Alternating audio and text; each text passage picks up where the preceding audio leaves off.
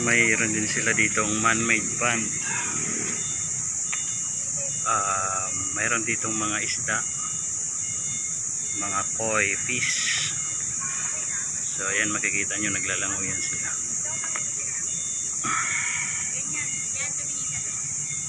Medyo malawak-lawak din tong man-made pond na to. So meron siyang ano rito, mini footbridge.